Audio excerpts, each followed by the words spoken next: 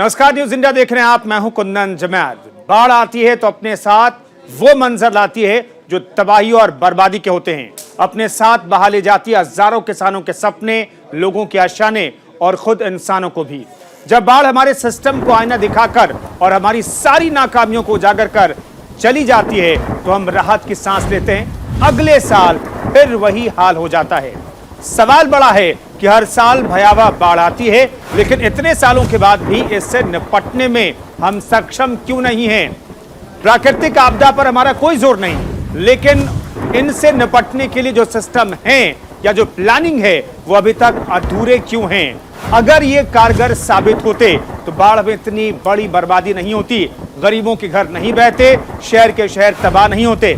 सवाल है कि जब हर साल बाढ़ अपने साथ विनाश लीला लाती है तो हम इससे सबक क्यों नहीं लेते? सवाल है कि आजादी के 75 साल के बाद भी हम कोई ऐसा सिस्टम क्यों नहीं विकसित कर सके जो बाढ़ की विभीषिका को रोक सके या कम कर सके।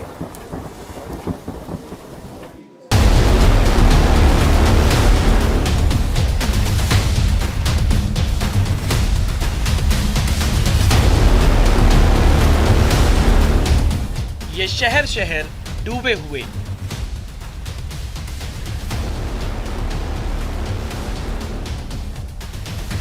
ये घरों घरों तक पहुंचा पानी।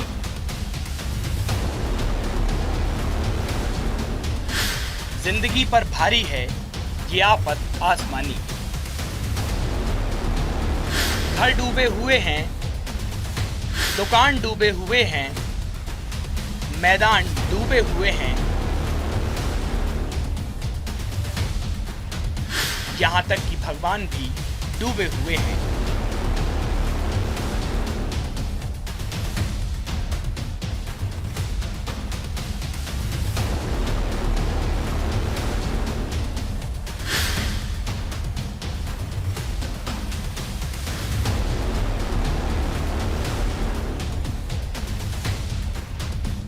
देश के कई हिस्सों में आई भयानक बाढ़ ने हजारों लोगों को बेघर कर दिया है।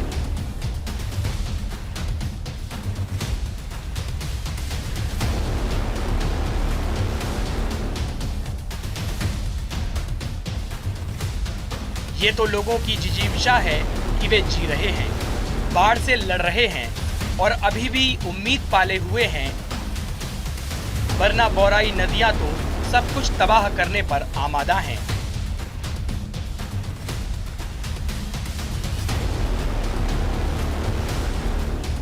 जैसे बाढ़ के पानी ने सब कुछ आत्मसात कर लेने की कसम ही खा ली हो।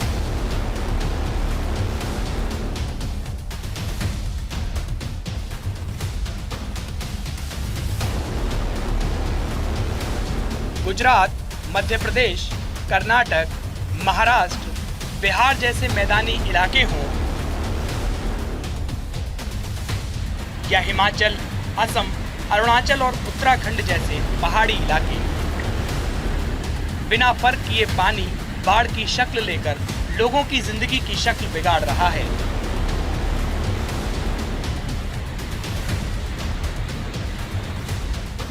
और लोग मजबूर हैं, उन्हें बस राहत चाहिए, हर हाल में, किसी भी कीमत पर।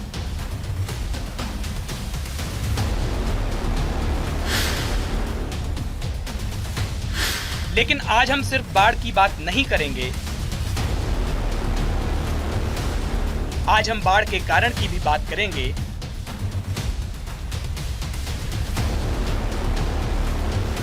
आज हम आपको बताएंगे कि आखिर क्यों हर साल बाढ़ देश का नुकसान कर जाती है। बाढ़ को रोकने के लिए बने बांध ही अब बाढ़ का कारण क्यों बन रहे हैं। क्या बाढ़ हमारे इकोसिस्टम को प्रभावित कर रहा है। बाढ़ के लिए मौसम में असमय परिवर्तन और ग्लोबल वार्मिंग कितने जिम्मेदार हैं। हिंदुस्तान में सड़कों का डिजाइन ऐसा क्यों नहीं है कि बाढ़ के पानी को रुकने न दे। बाढ़ का असली कारण तो तटबंधों का टूटना और नदी के पानी का शहर में घुस आना होता है, लेकिन आपको ये जानकर हैरानी होगी कि देश के अधिकांश इलाकों में बाढ़ का कारण ये नहीं है। जिन 6 शहरों की तस्वीरें आप अपनी टीवी स्क्रीन पर देख रहे हैं वो दरअसल बाढ़ नहीं है। ये तटबंध टूटकर शहर में घुसा हुआ पानी नहीं है, ये सिर्फ और सिर्फ जल भराव है, जिसकी वजह है नालियों का साफ ना होना। ये हिंदुस्तान के 6 महत्वपूर्ण शहर हैं और सिर्फ एक उदाहरण भर हैं कि अगर यहाँ मानसून से पहले नालियां साफ की गई होती तो यहाँ के लोगों को इस नुकसान से बचाया जा सकता था। बाढ़ में सिर्फ गांव और बाहर के इलाके नहीं डूब रहे हैं, शहरों में भी इतनी फ्लडिंग हो रही है। तो मैं समझती हूँ कि अगर हम अपनी ही सड़कों पे देखें किस तरह से हमारे पास पुअर सीवेज सिस्टम है, तो उस तरह से सड़कों का निर्माण किया जाए कि अगर इतना ज़्यादा पानी आता है तो वो किस तरह से कुछ डाइवर्ट करा जाए। तो इंफ्रास्ट्रक्चर पे मुझे लगता है कि हम बहुत ज़्यादा ध्यान दें, और जो हमारी डिज़ास्टर टीम्स हैं वो इस वक्त लगी हुई हैं, काम पूरी तरह से हो रहा है, पर प्रिवेंटिव जो मेजर्स हैं मुझे लगता है हमें और लेने चाहिए, और पहले से हमें तैयार रहना होगा कि जब ऐसी कैलामिटी आए तो किस तरह से हम उससे हम डील कर सकें। यहाँ तो तकलीफ बहुत ज़्यादा है। हमने आज से पहले ऐसी रेल देखी नहीं है, 15-17 साल में पहली बार ऐसी रेल आई है, और यहाँ पे अभी कम से कम नहीं तो 20 से 30 फीट पानी है। हमारे घर में सब पानी चला गया है, हमारा सब। कितना नुकसान हुआ? नुकसान हमारा बहुत ज़्यादा हुआ है, कम से कम नहीं तो अंदर लगभग देखा जाए तो 60-70 हज़ार रुपये का नुकसान हो गया है अभी। यहाँ पे तो कम से कम 300 परिवार, 300 से 400 परिवार है जो अभी बेघर हो गए हैं। सब उनका सब सिर्फ जान बची है, बाकी उन लोगों ने जितना अपनी ज़िंदगी में किया सब बर्बाद हो गया उनका। नुकसान में सर अभी समझ लो कि सोने के लिए अभी कुछ नहीं बचा है। सब बिस्तरा हुआ, फ्रिज हुआ, घर का टीवी हुआ, सब खराब हो गया है, कुछ बचा नहीं है हमारे पास कि इस रात को हम अपने बच्चे को लेकर भी सो भी सके। हमको नए सर से फिर सब कुछ खड़ा करना पड़ेगा। परिस्थिति इतनी गंभीर हो गई, आपके सामने आप देख ही रहे हो, उसमें बताना जैसा कुछ है नहीं। इन शहरों में ये स्थिति हर मानसून में होती है, साल दर साल होती रही है और शायद आगे भी होती रहेगी। तो फिर सवाल ये है कि आखिर सरकारी स्तर पर उदासीनता इतनी क्यों है कि पिछले वर्षों से सबक नहीं लिया जाता। अब जरा असम की ये बाढ़ देखिए। ये जल भराव नहीं, ये बाढ़ है। इस बाढ़ की वजह स्थानीय लोगों को मालूम है, स्थानीय प्रशासन को भी मालूम है, राज्य और केंद्र सरकार में बैठे बड़े बड़े नीति निर्माताओं को भी पता है।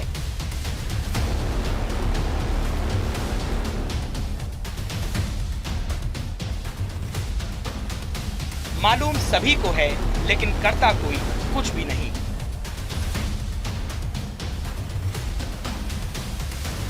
तो हर साल असम में आने वाले बाढ़ के बारे में जो बात सभी को मालूम है वो आप भी जान लीजिए। राष्ट्रीय बाढ़ आयोग की रिपोर्ट बताती है कि असम में हर साल आने वाली बाढ़ की बड़ी वजह है पहाड़ियों से आने वाला पानी। पहाड़ियों से आने वाले पानी के कारण ब्रह्मपुत्र और उसकी सहायक नदियों का जल स्तर बढ़ता है, जो बाढ़ की शक्ल में गांव में घुस जाता है। मानसून में असम का 40% हिस्सा बाढ़ की चपेट में रहता है। असम का पहाड़ी हिस्सा भूटान और अरुणाचल प्रदेश से लगा हुआ है। तिब्बत से निकलने वाली नदियां अरुणाचल प्रदेश से होते हुए असम में पहुंचती हैं। इसके अलावा असम की मुख्य नदी ब्रह्मपुत्र से 49 सहायक नदियां जुड़ी हैं, जो हर साल तबाही लाती हैं। असम में बाढ़ की दूसरी वजह है असम की भौगोलिक स्थिति।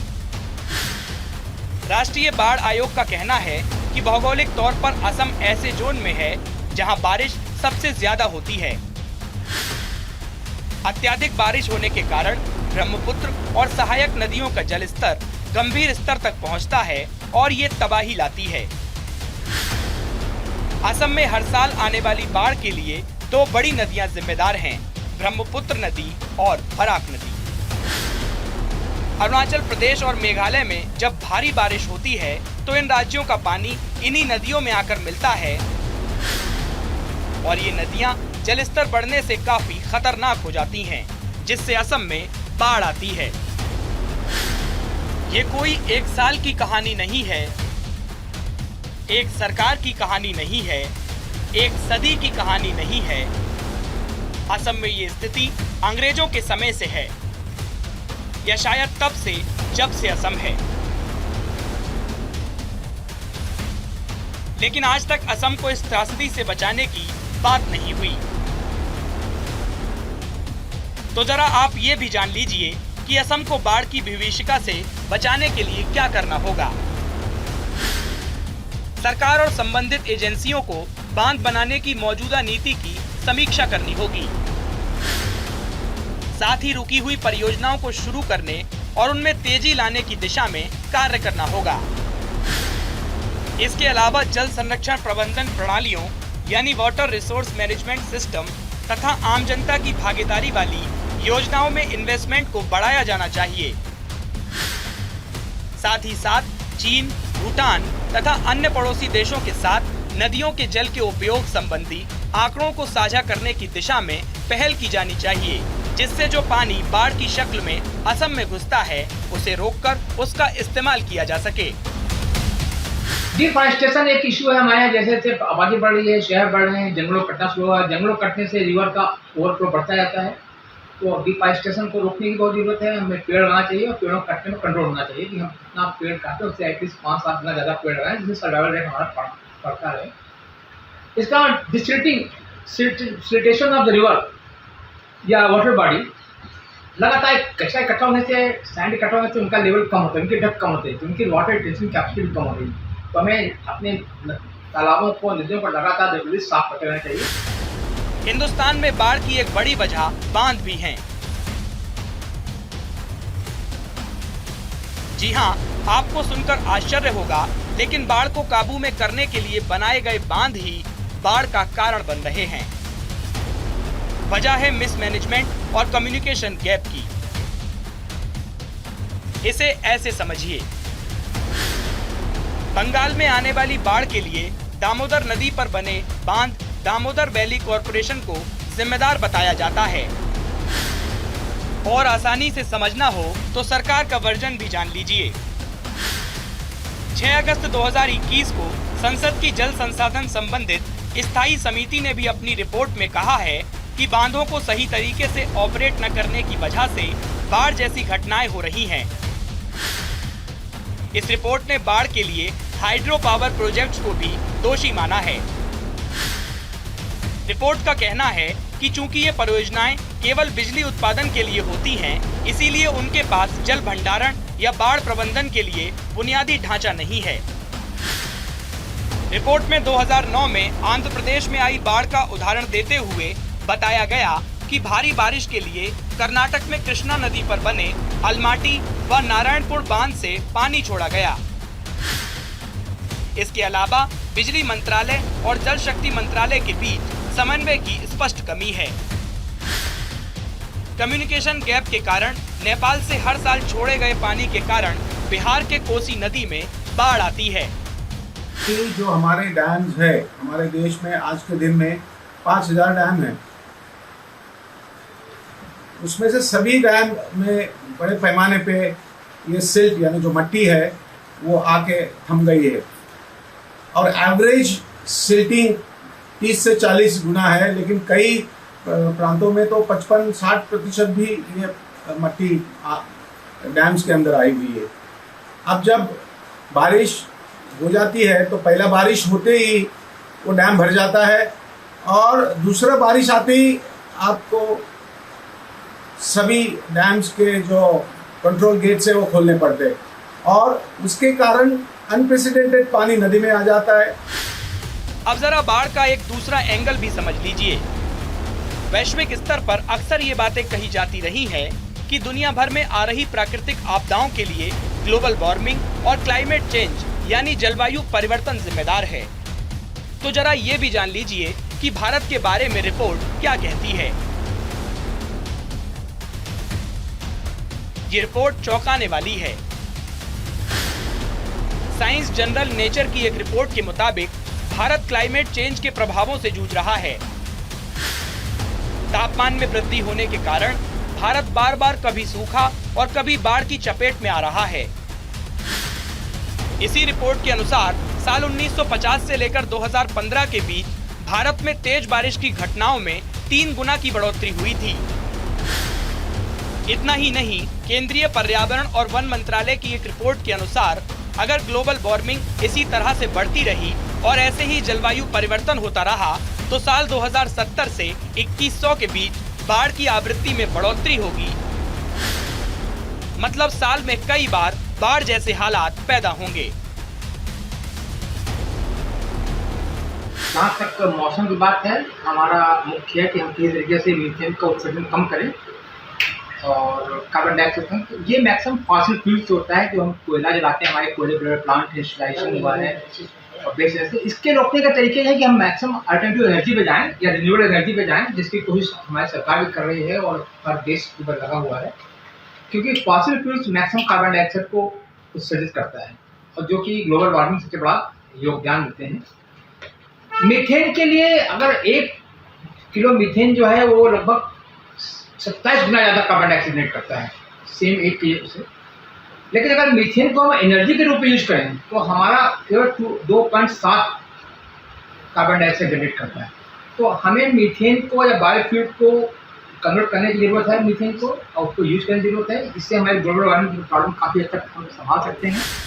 बाढ़ को सिर्फ कुछ दिन की आपदा के तौर पर देखना सही नहीं है, क्योंकि एक बार की आई बाढ़ अगले कई सालों का इकोसिस्टम तबाह कर जाती है।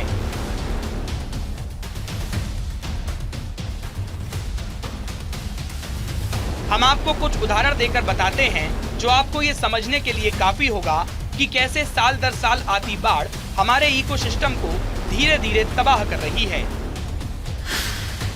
काजीरंगा राष्ट्रीय उद्यान में अवैध शिकार रोकने के लिए वन विभाग के द्वारा जो कैंप लगाए जाते हैं, ये हर साल बाढ़ का शिकार हो जाते हैं।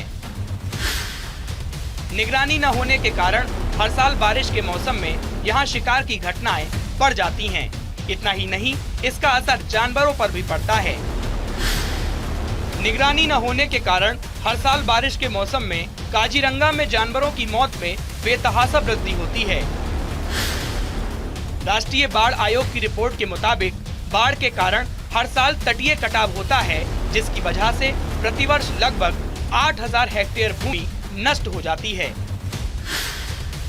इसके कारण आने वाले वर्षों में कृषि योग्य भूमि की कमी होने की आशंका है। प्रतिवर्ष आने वाली बाढ़ के कारण लोगों का व्यापक स्तर पर विस्थापन तथा पुनर्वास किया जाता है। इससे न केवल लोगों को जानमाल का नुकसान उठाना पड़ता है, बल्कि राज्य को भी आपदा प्रबंधन पर बहुत अधिक खर्च करना पड़ता है। एक रिपोर्ट के अनुसार हर साल बाढ़ के कारण लाखों करोड़ रुपए की सड़कें बर्बाद हो जाती हैं। जान माल की हानि होती है, न केवल मनुष्यों की बल्कि हमारे जानवरों की, जो हमारा लाइफ स्टॉक है वो काफी हद तक नष्ट हो जाता है, बाढ़ में बह जाता है, लोग घर उजड़ जाते हैं, लोगों के संपत्ति का नाश होता है। ये हमारे लिए बहुत बड़ी बात है। हमें अपनी जनता के लिए, अपने जानवरों के लिए ध्यान देना पड़ेगा।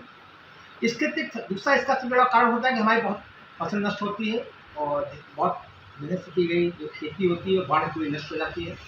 ये हमारे बहुत चिंता का विषय हो जाता है और इससे अन्न की कमी होती है। तीसरा जो बहुत बड़ा कारण होता है कि इससे हमारा कम्युनिकेशन, हमारी संचार व्यवस्था, हमारे संपर्क मार्ग सारे पानी में बढ़ जाते हैं। तो हमारा सारा जो देश की प्रोग्रेस है, देश की उन्नति है, उसमें बहुत बड़ी बाधा बन जाती है। उतने समय तक पूरा देश या वो हिस्सा देश का जहाँ बाढ़ आई है पूरी तरीके से कट ऑफ हो जाता है। जाहिर है कि प्रकृति तो अपना रास्ता बदलेगी नहीं, इसीलिए हमें ही बाढ़ का प्रबंधन ऐसे करना होगा कि ये कम से कम नुकसान पहुंचा सके। देश के शहरों और गांवों को बाढ़ सड़कों और शहरों को ऐसे डिजाइन करना होगा कि बाढ़ या जलभराव का पानी टिक न पाए। यहाँ हम आपको नीदरलैंड्स का उदाहरण देना चाहेंगे। मॉनसून के वक्त हमारे देश में कई ऐसे राज्य हैं जो बाढ़ से प्रभावित हो जाते हैं और हर साल इन राज्यों में बाढ़ आती है, जान और माल की काफी ज्यादा हानि होती है। ये हम जानते हैं कि हर साल इन राज्यों में और जो गांव होते हैं इन राज्यों के, उनमें बाढ़ आएगी, लेकिन अभी तक हमारे देश में कोई भी एक फ्लड मैनेजमेंट सिस्टम डेवलप नहीं किया जा सका है। इसलिए हम देखते हैं कि हर साल बारिश होती है, हर साल बाढ़ आती है और बहुत ज्यादा जान माल की हानि हो जाती है। लेकिन एक देश है नीदरलैंड्स, वहां पे भी अक्सर बाढ़ आती है और बाढ़ जो है लोगों की रोजमर्रा की जिंदगी में शामिल हो गई है, लेकिन उसके बावजूद भी वहां पे के जो रूटीन वर्क होते हैं, जो रोजमर्रा की जिंदगी होती है, वो ज्यादा प्रभावित नहीं होती क्योंकि उनका फ्लड मैनेजमेंट सिस्टम जो है बहुत जबरदस्त है। अब अगर हम नीदरलैंड्स की बात करें तो इसे हॉलैंड भी कहा जाता है। तो हॉलोलैंड एक कटोरे नुमा देश है और आप खुद सोचिए कटोरे नुमा देश में बाढ़ आती है और बाढ़ निकल भी जाती है, निकासी भी उसकी बहुत अच्छे तरीके से हो जाती है और लोग ज्यादा प्रभावित भी नहीं होते। तो एक नजर डालते हैं नीदरलैंड्स के मैप पर और मैं आपको बताने की कोशिश करता हूं कि आखिर नीदरलैंड्स में ऐसा क्या है जहां पे जिसकी वजह से वहां पे बाढ़ बहुत ज्यादा आती है। अगर आप देखें ये नॉर्थ सी का एरिया, ये नीदरलैंड्स का मैप है, ये नॉर्थ सी का एरिया है और नॉर्थ सी से ये जुड़ा हुआ है। नीदरलैंड्स जो है इसका 25% जो भूभाग है वो सी लेवल के नीचे है और टोटल अगर मैं बताऊं आपको तो 50% जो इसका भूभाग है वो सी लेवल से कुछ ही ऊपर पे है। तो आप समझ सकते हैं कि पानी जो है इस देश में कितना ज्यादा घुस जाता है इसके शहरों पर। अगर मैं आपको ये रॉटरडैम वाला एरिया दिखाने की कोशिश करूं तो देखिए आप नॉर्थ सी का पानी यहां से आता है और यहां से आके इसकी निकासी भी हो जाती है और लोग ज्यादा प्रभावित नहीं होते हैं। तो ये अपने आप में एक अजूबा है कि एक देश जो कि कटोरे नुमा देश है, जिसको कि हॉलैंड जिसको कहा जाता है, वहां पानी जमता नहीं है बल्कि उसकी निकासी हो जाती है। इसके 2-3 रीजन है क्यों ऐसा नीदरलैंड्स में होता है कि ज्यादा लोग प्रभावित नहीं होते हैं जब वहां पे बाढ़ आती है। सबसे पहला रीजन तो यह है कि यहां पे ड्रेनेज सिस्टम बहुत बेहतर बनाया गया और ये अब से नहीं 200 साल पहले से यहां का ड्रेनेज सिस्टम बहुत बेहतर है, इसीलिए पानी आता है और उसकी निकासी हो जाती है। दूसरी चीज जो इंपॉर्टेंट है, यहां पे एक अलार्म सिस्टम भी लगाया गया है। कई शहरों में जब पानी बढ़ जाता है तो अलार्म सिस्टम जो है एक्टिवेट हो जाता है और लोगों को काफी पहले पता लग जाता है कि अब यहां बाढ़ आने वाली है, तो वो सुरक्षित ठिकानों पर चले जाते हैं। तीसरी चीज क्या है यहां पर कि यहां पे एक आर्टिफिशियल वेव्स भी बनाई जाती है कि जब समुद्र की लहरें बहुत तेजी के साथ एंटर करती हैं तो उनको काउंटर करने के लिए आर्टिफिशियल वेव्स जो है वो छोड़ी जाती हैं, जो कि उनके असर को काफी ज्यादा कम कर देती हैं। एक और चीज यहां पर अपनाई जाती है वह फ्लोटिंग हाउस का कॉन्सेप्ट, यानी कि यहां जो बुनियाद होती है, जो कह सकते हैं कि बेस जो बनाया जाता है मकानों का, वो एक अलग तरीके से बनाया जाता है, डिफरेंट टेक्नोलॉजी से बनाया जाता है कि जब भी बाढ़ आती है तो लोगों को ज्यादा प्रॉब्लम नहीं होती। फ्लोटिंग हाउसेज उनको कहा जाता है और पानी उनके नीचे से निकल जाता है। एक और सरकार ने यहां पे योजना चलाई हुई है नीदरलैंड्स में कि जो लोग उन स्थानों में रहते हैं, उस जगहों पर रहते हैं जो कि सी लेवल से नीचे है, वहां पे सरकार ने बोला हुआ है कि जब भी बाढ़ आती है वो लोग ऊपर आके रह सकते हैं। उनके लिए प्रॉपर वहां पे फ्लैट्स बनाए हुए हैं, उनके लिए मकान बनाए हुए हैं, वो वहां पे रह सकते हैं और अगर जब ये टाइम खत्म हो जाता है, बाढ़ खत्म हो जाती है, तो वापस अपने स्थानों पे जा सकते हैं। हालांकि ज्यादातर लोग जाते नहीं है वहां पे क्योंकि उनको लगता है कि वो इस चीज से डील करना उनको बहुत अच्छी तरीके से आ गया है। इतना तो साफ है कि हिंदुस्तान में हर साल आने वाली बाढ़ का कारण प्राकृतिक आपदा तो है ही, साथ ही साथ मानवीय चूक, सरकारी स्तर पर उपेक्षा और मिसमैनेजमेंट भी है।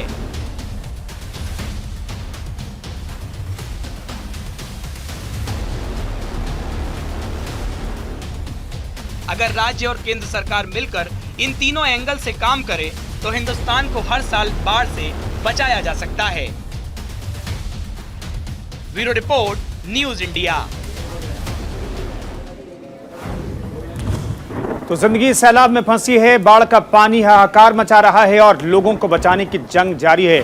देश के कई इलाकों में इस बार ऐसी भयानक बाढ़ आई है कि लोग घरों में फंसे हुए हैं, दुकानों में पानी भर गया है। स्थिति यह है कि लोगों की जान बचाने के लिए भारतीय सेना ने मोर्चा संभाल रखा है, लेकिन सवाल यह है कि क्या इस बार की बाढ़ से हम कुछ सीख लेंगे या फिर इस बार बाढ़ से लड़ने के बाद चैन की बंशी बजाएंगे और अगले साल की बाढ़ का इंतजार करेंगे।